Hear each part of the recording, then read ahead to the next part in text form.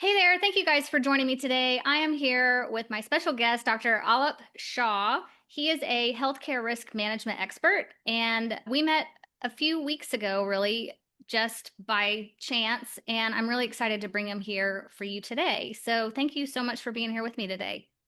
Thank you, man. I'm happy to be here. So, I'm just going to jump right in with continuing my series of how it started and how it's going. How about you give us a little bit of background about you, how you got started in your career, your previous career, because we'll get into the reason that has shifted. But yeah, give us a little bit of background on you.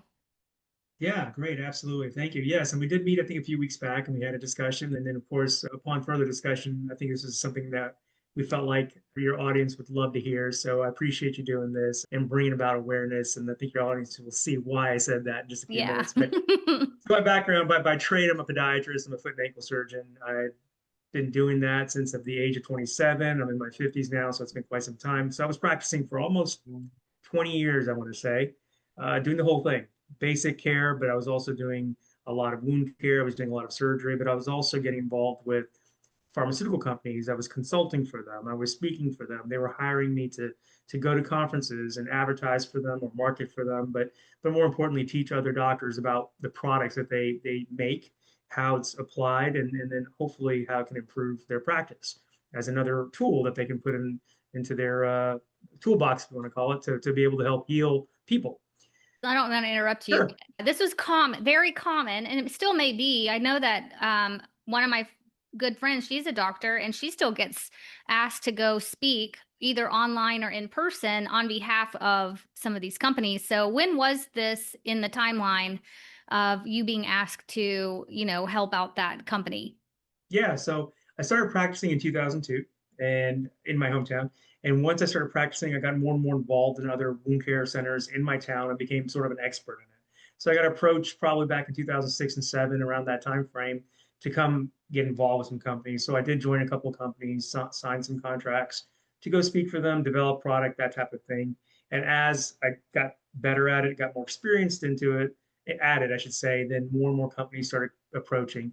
I'd say the peak of that would have been 2012 till about 2017. Those 5 years are probably when I had joined about 6 companies to help talk to them about development, go travel and internationally and speak about product to doctors overseas. I mean, I had gone to places like Russia, had gone to Dubai, had gone to Canada. We've been to different places, taking these products, showing other doctors how they can be utilized for things like wound care and limb salvage and diabetics. As you may or may not know, diabetics are very prone to amputation. So anything we Yeah. can apply to put on their legs to keep them from healing or keep them from losing their leg, then that's our goal. So Yeah. I'd say the peak of this was 2012, 2016. Okay, that's awesome. I didn't realize that you were traveling internationally to do this Yeah, too. So I mean, that's like a pretty fun thing to do. You get to treat patients and you get to also still be perceived as the expert right. and travel and help others. Like it seems like the perfect situation, like a little perfect side hustle, if you will. Like, When you're young and you get out and practice, you want to try to be successful as quick as possible. I mean, obviously there's competition, and as we all know, doctors may have a little bit of that ego that's real unfortunately well known and stereotypical for most physicians, that they do take this they do take this viewpoint that they know better and they would hope to use that knowledge to help the general public. But more importantly, they want to be able to track those patients more than the doctor that's up the road or an exit away. So it's all about business at that point. So when I was young and I was coming out, I wanted to try to be as busy as possible. So of course I was taking on as much as I could to try to attract more patients. So for me, it was about building my reputation, building my yeah, career, and setting up sort of a long-term process of how I can take this knowledge and apply it, and then of course be more successful. yeah. Authority building. It makes Correct. total sense. Correct. So everything was going fine. You have your Yeah. patients, you have a family, you have all things going, like everything looked like it was picture perfect, right? Right. For the most It's part. that's right. It's sort of like what's the saying when Mike Tyson says that everybody's got a plan until they get hit in the face. Right, That's yeah. and that's sort of where my story starts. So yeah, everything was going great. I had my own practice. I was in a 3 group practice. I had my own surgery center, family, 2 boys, 2 young boys at the time. And I joined a company, a pharmaceutical company that hired me, that approached me at a meeting and asked me to become one of their representatives and their I should say their sponsors for one of their products that they were trying to create. And so I took it on, and I didn't really vet the contract like I should have. As most business people, they take their contracts, they take it to their attorney, they make sure everything line per line is properly been read and reviewed, and then they tell you the risk and say, hey, you should do this or don't do this because you could potentially get in trouble for it. Well, I didn't do any of that. For me, it was all about, okay, I want to be busy. I'm signing contracts. I want to get more letters behind my name. I want to. The ego took over a little bit. I became known as a sort of speaker in the industry, so I just wanted to keep adding to that. Was there a huge financial benefit for it? Probably not. I mean, I could have made more practicing. However, like you said, there was traveling involved. There was your name getting recognized that you're now more of an expert. So that had value as well. So of course I signed this contract and I decided to join this company, and that's where the story starts. So So, but basically, can I ask, yeah, they weren't asking you to vet opioids or anything like that, right? So, no, we've seen no, all the shows like the Dope Sick and right, the other one about the pharma family that, with the Oxycontin or whatever they were selling. yeah, the family of You weren't Arizona. doing something that like you weren't promoting a product like that, right? These weren't No, so no, these were all creams. These were all compound creams that were used for arthritis and for neuropathy. So basically, there was four different problems I was using these creams for: neuropathy, dermatology, wound care, and arthritis, pain, joint pain. And all these are made by a pharmacy. So essentially, the company hired me to try these products, create a formula, and then go to these doctors, present it, talk about it, pitch it, if you want to call it that, and then go to the dinners, take them out there and talk to them about it, and hopefully after the meeting, they go home and or go back to their practice and write for these prescriptions. That's the yeah, whole concept. so That's the whole idea. going back to the contract, like you're thinking like this is just like a cream. These aren't crazy. There's not a lot of restrictions on these things or whatever. So it makes sense that you wouldn't really feel like you need to take that contract to an attorney. Yeah, there was no surgery involved. There was no narcotics. There was no opioids. This was all just basic creams that were configured by custom configured by a pharmacist to be able to apply it for a patient that's tailor made. So what Yeah, you're doing is you're creating a custom product, which, by the way, had great results. We weren't prescribing voodoo medicine right. or snake oil. I mean, these were prescription products that had very good medical value, right? So what ended up happening was with these compound products, these patients are prescribed it. Their insurance company, primarily Medicare, TRICARE, some of these government insurances had to approve it. So once you send it to them and you approve it, they get it in the mail, and then they start applying it for Yeah. whatever condition I prescribed it for. So that was my job, was to take these creams, prescribe it for my own use to see if they work, but then more importantly, talk to other doctors about it because they weren't normally doing it, and then say, this is why I think you should use these. This is what the company was paying me for. They were paying me a flat rate of $5,000 a month to be able to do this. And I know $5,000 is a lot of money. I mean, it's a lot of money for anybody, but in the medical world, It's not a it's lot. just it's a basic contract, right? It's not. Yeah. There's no other perks attached to it. I mean, that's essentially what you're getting for what you're doing, and Right. that was my understanding of it. Okay, so that's how that whole process went on for about 7 to 8 months, 9 months. Now we can get into the next steps of what actually happened as this progressed and as it started going. Eventually, one day, the company called me and said, "Hey, we had a falling out with the pharmacy. We are no longer doing this product. So we're going to have to stop paying you as a consultant. And unfortunately, we're going to have to void the contract." Well, at that point, it wouldn't have mattered to me because I was maybe helping them once or twice a month. It wasn't like Yeah. a daily thing, and it wasn't my primary income, right? So, Right. and so I told him, I said, "Look, at that point, that's fine, no worries." We ended the relationship, and that was the end of it. A couple months passed, and all of a sudden I get a knock on the door from the OIG and from, essentially, if you want to call it, the FBI or the government, knocking on my door doing an investigation on that company. And they knew I was working for them. So they asked me, "Hey, what was your involvement? Can you give us all your paperwork? Can you give us all your communication, your interactions, and how you actually proceeded to get paid?" And of course, I had nothing to hide. So I provided them Yeah. everything I possibly could. I gave them emails, I gave them paperwork, I gave them my contract, I gave them the prescriptions that they had, and anything else that I had in my office at that time. It was about a 2.5 hour meeting. The first half of that meeting was great. It turned out to where they were just kind of like, "Hey, help us out. We're really trying to get these guys. We think they're doing something crazy and nefarious. The last half of that meeting, they sort of turned it and started really pointing fingers, said, we know you're part of this scheme. You need to tell us what's going on or you're going to end up in jail. And it was almost more like, hey, accusatory, to the point where they wanted to be able to say, you need to tell us what really happened. Otherwise, you're the one that we're going to go Uh-huh. after. And Yeah. of course, so I told him, I said, well, do I need an attorney for this? Because it didn't sound like I needed an attorney at the beginning. And now I feel like I do. Even though I knew I didn't really do anything wrong, I said, let's just Yeah. go ahead and stop this conversation and we can resume it later. And at that point, they proceeded to hand me what's called a target letter, which in the federal world means that you're being investigated, you're not being accused of anything. However, you're on our radar and we're going to continue to pursue this. And if anything comes up, we'll contact you. In the meantime, you can do whatever you need to. You better talk to your attorney and we'll talk to your attorney. Or if you don't choose to have an attorney, we'll call you. And so that was back in 2016. Okay. So that's how far back that was. So like I 10 was saying, years now almost. yeah. So 16 that happened. And then going forward for 2.5 years, nothing happened. Zero. And then Two and a half 2018, years. So yeah, two you're and a just half years. doing your thing, right? Practicing and surgery and all the stuff. Yeah. So for the first 3 months, I was still very shooken. I was, obviously still getting over that initial shock. And I'll never forget, it was January of 2016 that investigation happened. Until the summer of 2016, it was constant calls to my attorney and said, hey, do I need to worry about this?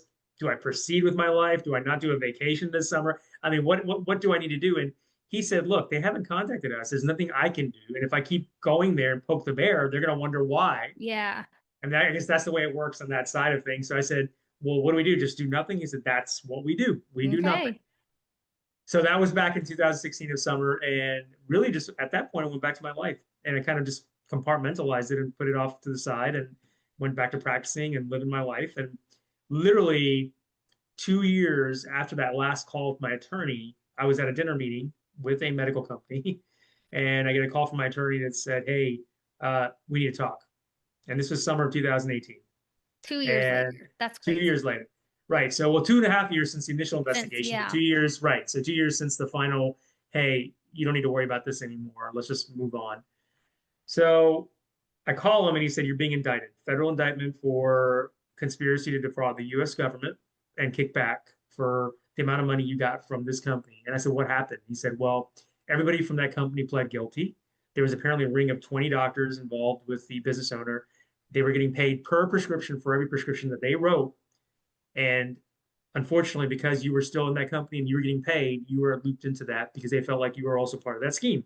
I said, well, do they understand my scheme was getting paid a flat rate, not getting paid per prescription? And they said, well, that hasn't all been sorted out. You are sort of the last man on the totem pole. For the last 2 years, they've been sorting out the other 20 people, and now they're ready to close the loop Oh my gosh. because President Trump and Jeff Sessions are going after healthcare, and they want to really crack down on any fraud. And because Yeah. this case was still open, they decided to reopen it because they probably really don't have a whole else lot going on right now. So I said, okay, whatever. I said, what do I need to do? I said, well, you need to be in federal court next week in Miami. I live in Georgia, and you need to be there. They're going to do your arraignment at that time, but you have been indicted officially. So can you imagine? That's like, I mean, talk Out of the about, blue now it feels, right? that's right, out of the blue, just kind of felt like I thought this was past me. I thought this company had gone on to do other things. I didn't realize they were in that much deep trouble or hot water. Turns out that I went to the arraignment. They told me that everybody in that company had pled guilty, saying they were all getting 20% for every prescription that they wrote.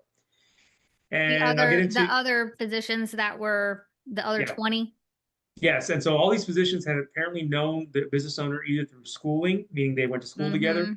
Mm-hmm. One of the business owners was a doctor as well, or they were just cronies. They just knew each other from something, right? Yeah. So I was sort of the odd man out. I was pulled because they met me at a conference where I was speaking at, and they just said, "Hey, we should try to get this guy." And that's how my relationship was created. Yeah. So that's how the sort of the contact was from that. Okay. So anyway, long story short, we pled not guilty, and we said we're going to go to trial.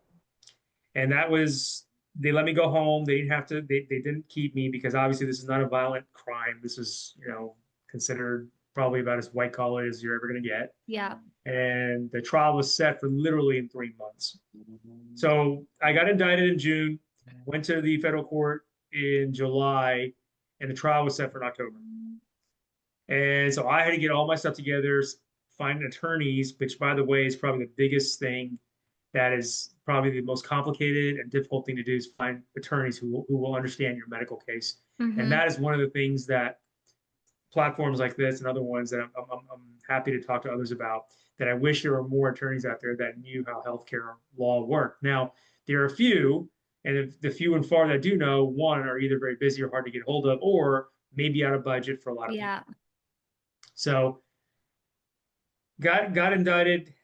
Trial date was set. We got all prepared for it as quick as we possibly could.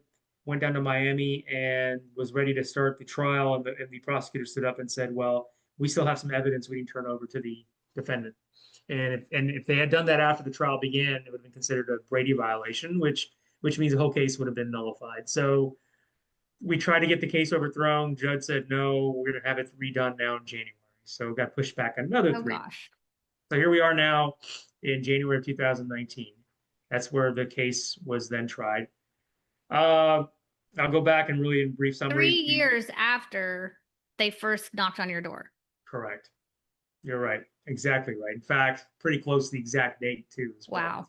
January 16th, 2016 is when I investigated. January 19th, actually January 14th was when the trial started. So yeah, so we did a 5-day trial. The jury, and we presented our side. I went on the stand, told my whole thing, brought witnesses, brought patients. We thought we had a really good case, but one thing we don't have is unlimited funds and how we look in front of a jury. Yeah. The federal government will not try you unless they know that they think they have a strong case, either based on what they think for evidence or on how they present themselves. And no matter what, everything that I said made me look greedy. The jury just looked at me as a doctor who was just trying to make a few extra bucks. But even though I didn't properly do my contract and I didn't cross my T's and dot my I's, that's my fault, which it is. I mean, there's no doubt. And at the end of the day, we went through the trial. The jury took a weekend to deliberate, came back with a verdict on Monday and said, "You're guilty for 3 counts. One was the defrauding the government. The other two were the financial responsibilities of the amount of money I made, which all in all was about $38,000 after taxes. It was 52 or 53 before taxes, somewhere in that neighborhood. No, 55, excuse me, 55, and then 38 afterwards. And so they gave me one not guilty to knock off some of that money, I guess. It's the three other counts are based on the amount of money that you got or that you defrauded with the government. Uh-huh. And so they knocked off one of the buckets. So it was guilty on one count of defrauding and 2 counts of the financial burden. And then they gave me not guilty on the fourth. And so about a month goes by, when we were set for sentencing. The judge in Miami pretty much looked at me and said, "I'm so sorry that you got to go through this. I know doctors are very hard to catch, so I have to make an example out of you. I know you didn't really have the intention to do this. However, because they did find you guilty, you still have to be punished for it." And that being said, she sentenced me to 36 months because that's the lowest amount minimum required per the designations of the verdict. Uh-huh. And we tried to ask for everything, like, hey, can we do 12 months? Can we do home confinement, et cetera, all that stuff. She said, "No, I have to give the minimum. This is a federal trial. If there was a state trial, something else, there probably could have been other options." And then so that was the final sentencing and verdict. And I spent 36 months, or I got sentenced for 36 months at a camp, at a federal prison camp, What which is a is camp? Is that like a prison?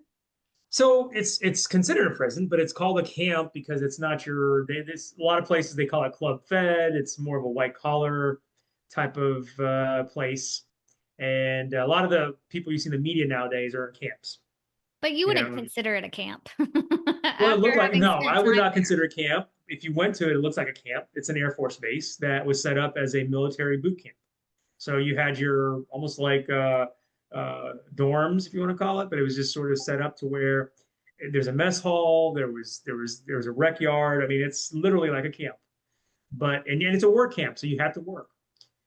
So just to summarize my experience there, it was during COVID, which was Oh, brother. horrible. Yeah. We all got sick. A lot of people, some people had died. I mean, it was a really bad situation. I mean, you're a federal camp, funds are low, staff members don't want to work, nobody wants to be there, of course. And I spent my time working as teaching in the education department. teaching inmates about healthcare and diabetes and infectious disease, whatever I could from what I Yeah. knew. Others spend it working at a physical job, whether it's HVAC or electrical or plumbing, or on the Air Force Base if there are things that need to be done, landscaping, things like that. Painting, any kind of general maintenance. Anything of general Yeah. stuff. I tried to stay more in the administrative type stuff. I mean, you're talking about Georgia heat, and it was not pleasant to be So even outside. though you were in court in Florida, you were Uh-huh. able to serve in Georgia? Alabama. Sorry, I Oh, meant to say Alabama. Alabama. Montgomery, yeah, Montgomery. So it's about an hour and 20 minutes from my house. And the reason why we chose that place is because it's an hour and 20 minutes from my house. It made it easy for family to come to visit. Even Yeah. though COVID restricted a lot of that, there was a Yeah. year that went by that I did not see the family. So That's at that time, horrible. my boys were, let's see, they would have been in fourth grade and sixth grade. So they're very Mm-hmm. young still, right? But we got through it, and 20 months later, because of good behavior and all the things that I did to earn extra credit, if you want to call it that, and then of course COVID, they got rid of is a bad way to say it. They let people go home for the ones that weren't considered of any sort of risk or threat, Yeah. and I happened to be one of them. And so got back home 20 months later, and they completely released me about 8 months after that. But at the And time, you lost your license to practice medicine. Is that lost right? my practice. I lost my ability to practice medicine. I actually ended up surrendering it because I couldn't practice, and so I never knew if I could. I never thought about even trying to get it back at that time. Right? I thought, okay, well, it's gone. You know, all that work that you did is fine. It is what it is. There's nothing you can do about it right now at this point. So once I got out, my next steps were trying to work on towards how can I get my license back. And the chances of getting your license back after a federal conviction are very low, Yeah. if at all. So, but instead of worrying about whether I can get it back or not, I try to spend time on how I can take my experience and teach others about what I went through, and that's all I focused on. I did get some little odd end jobs just to bring extra income in, nothing medically related, but it was more. For example, I created software, educational software for a prison in California. I worked with a company that was a nonprofit. I learned some soft skills in doing that and learning how to Mm-hmm. post on social media and stuff. I helped them with some of their marketing. Then I worked for another doctor buddy of mine who owns real estate and helped him manage some of his properties for a little while. He needed an extra hand. He was short staffed. Then I went into developing or helping a physician with logistics and HR because that's something I knew how to do. And she was short staffed and didn't have an office manager who quit on her. So I jumped into there and did that for about a year. In the meantime, while doing all that, as a side project, I was uh, taking everything that I went through and creating sort of a risk management lecture series behind it. Yeah. And that's sort of where I took all the experiences and applied them to real world cases that were going on domestically and applied them in more of a, hey, so this person did this is what happened, and this is how I know because this is what I went through. Yeah. And if you go through this is what's going to happen. And so I would go to med schools and speak about it, and I still do. I go to medical conferences to speak about it. I want to get ready to pitch to some healthcare attorneys to see if there's the interest of me Exactly. helping and Yes. partnering with them. So I'm sure your next question is going forward, next steps. What are some of the things that I'm kind of working on with what I've learned, what I experienced, and so as mentioned, those are some of the business ideas I've been thinking about. Like, what do I Mm-hmm. do now with my experience? How can I help others? And with that, if we can make a difference in one doctor from going in down the road that I did, then it's worth it. But more importantly, this stuff is not taught in med schools. You don't Right. learn this. You don't learn this going through school. You may learn it from reading the news or just reading about it in journals. But when you hear it in a speech, when you hear about the experiences and the stories of what it is to be going through it and how it feels and what you don't want to go through, it has a lot more impact. Yeah. And that's now what I'm trying to create. Yeah. I love that. I think so. How it started, you started out down the traditional path of education, going to school, getting a career.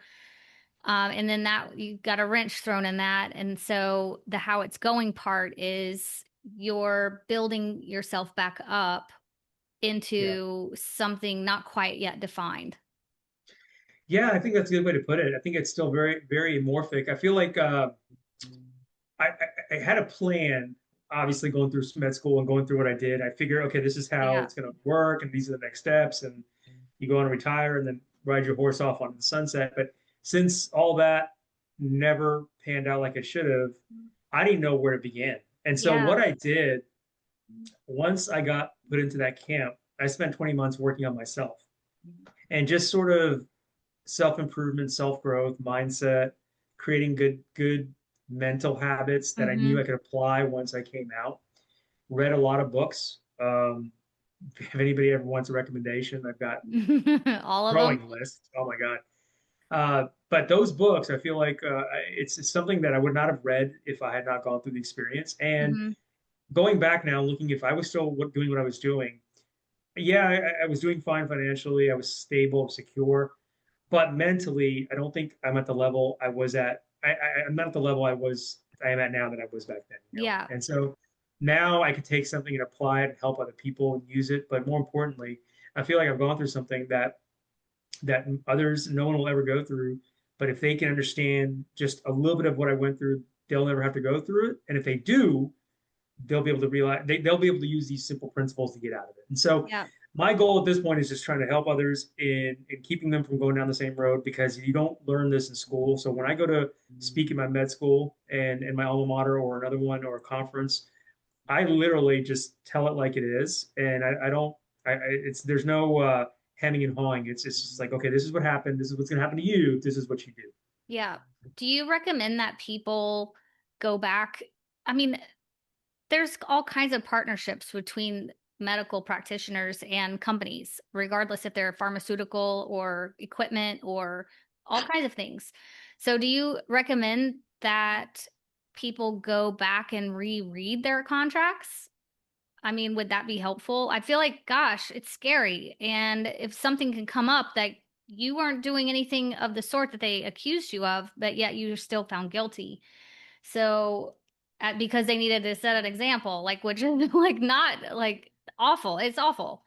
So, do you think that even in the conferences and things that you go and speak to other professionals, do you think is that something that you recommend that they do is go back and review some of the contracts that they may have in place with other vendors or companies?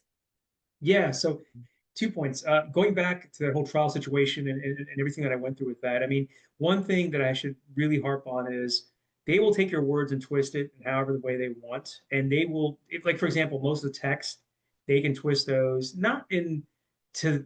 I don't want to say that they're trying to be evil, manipulative, but when you put it up on there and then they attach it to what's going on, that is where look does never looks good, right? So no matter what your intentions were, at the end of the day, they're going to look at those texts, they're going to look at your doings. There's so much more to my trial than the way of course, I simplified it. But we're gonna just for the sake of time, leave it where it's at.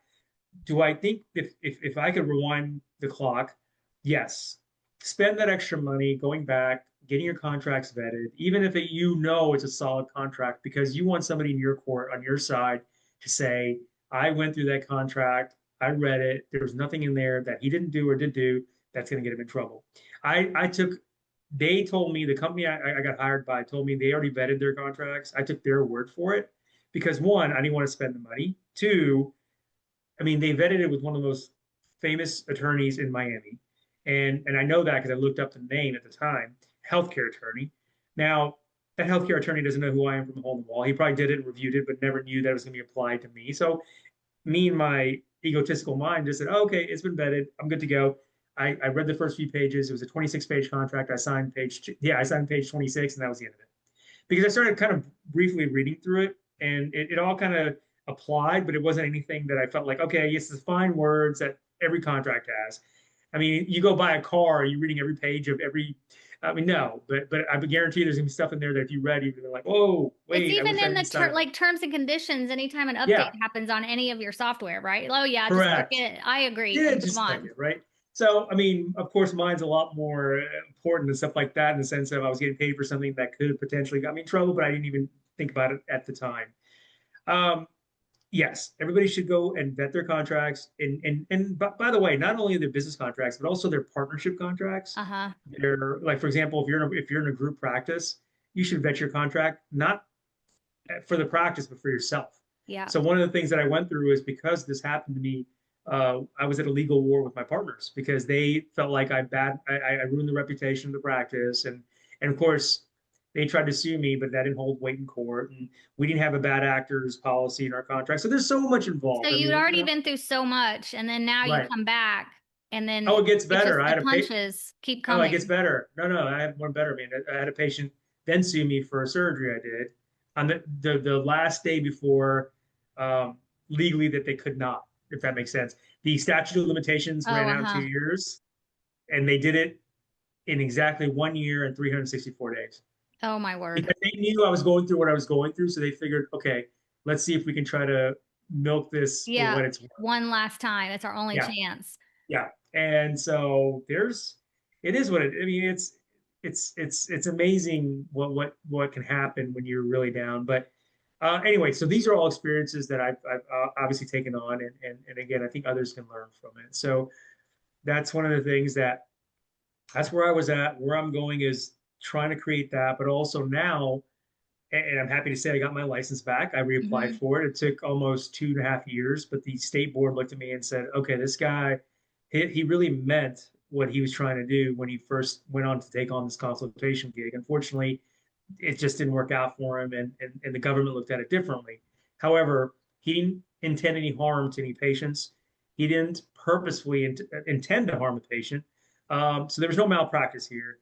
And he still is now taking what he went through and trying to help others. So I think all that kind of played a role in trying and getting and allowing me to get my license back. So now I'm going to use that and eventually, hopefully, get back into the medical world somehow, whether it's practicing in some form or fashion, or consulting, or helping other providers, whatever the case may be. But now that I have that license, it can open more doors up. Wow. I think that's incredible. One thing I think that stands out in your story is the resilience that you have had to exhibit and build, maybe. Maybe you went into it being that type of resilient person, or maybe not. But how, I don't want to get into the nuances of all the, 20 months of being locked away, I guess we could say. But how did you have that peace and that mindset to go ahead and just work on yourself rather than I can just imagine people go really low Yeah. down in the dumps. So how did you overcome that part of it and want to continue to move forward and continue just to develop yourself and get out of the situation? I think there's a few elements that help me do that. One, you have to have a strong family to help you, meaning you have to have good support. I mean, I think if I didn't have strong family support from my own or from my parents or anybody else that was in my circle, it would have been very hard. If they would have abandoned me in any way, I think it would have made it harder. But I knew I had their support, and that was one thing I didn't have to. And I always tell people they were more in prison than I was Mm-hmm. because they had to deal with the real world, right? Pay bills, take kids to school, take them to tennis practice, whatever it is, right? I'm sitting here 3 meals a day, reading books, working out, and teaching inmates about diabetes. I mean, Yeah. it wasn't a hard life, right? So that's one. Two, one thing I got to say is these prison systems have a lot of access to books, and if you want to read a book on somebody and anybody, and you have an interest in self improvement, you'll find it. And if you can't find what you want, you'll get somebody can send it in to you. Now, when you're spending your time there, there's not much to do. I mean, yeah, they have TVs, yeah, they have things to do like some of that, like I was telling you, there's a recreational yard you can work out and stuff. But at some point, you're going to want to improve your mental, at least for me. Now, that wasn't everybody, but Yeah. and so I started going down that road, and then once I started doing that, I just found that to be rewarding, and I just kept doing it more and more. And those principles that I applied after doing that just made me want to seek out more information, and it just got Yeah. me to, yeah, and so it does take that first step on spending time to picking up a book or something. And there's probably 10 to 20 books that any person should read that can get them started going in that direction. And I'd be happy to share that with you. But those are the ones that started your basic foundation. And then at that point, you just build upon it. And then you talk to people like Yeah. where I was at, there were lawyers, there were accountants, there were CEOs, there were doctors. I mean, you're talking about people that went through stuff, but they're very intelligent, and so you can talk to them and really see what they're doing and then learn from them as well. And you take the good from the bad and you go from there. And you can make your judgments however much you want. But at least you learn how they're spending their time, what they're going through. What is one book, if you could recommend one book for someone to read that is maybe just getting started in their own self-development journey? What do you have one that you could recommend? So the number one book that really got me going was Man's Search for Meaning by Viktor Frankl. Have you read this book? I have not read that. Viktor Frankl, Man's Search for Meaning will get anybody to who feels lost from a situation or from a circumstance. I think it's recommended for anybody going through something and trying to get out of it. And then from there, you just kind of build upon itself. And then you go to your classics. You got your Napoleon Hill, how to make all those are going to be your classic ones that will get you through the business aspect of things and learn how to influence people and that type of stuff. But if you want a good basic first mindset book, if you're going through something and you want to try to get your mind out of that rock bottom space, Uh-huh. that will get you started. And then you can kind Interesting. of build from there. So if you said one book, I'd say start there Okay. for sure. That's a great recommendation.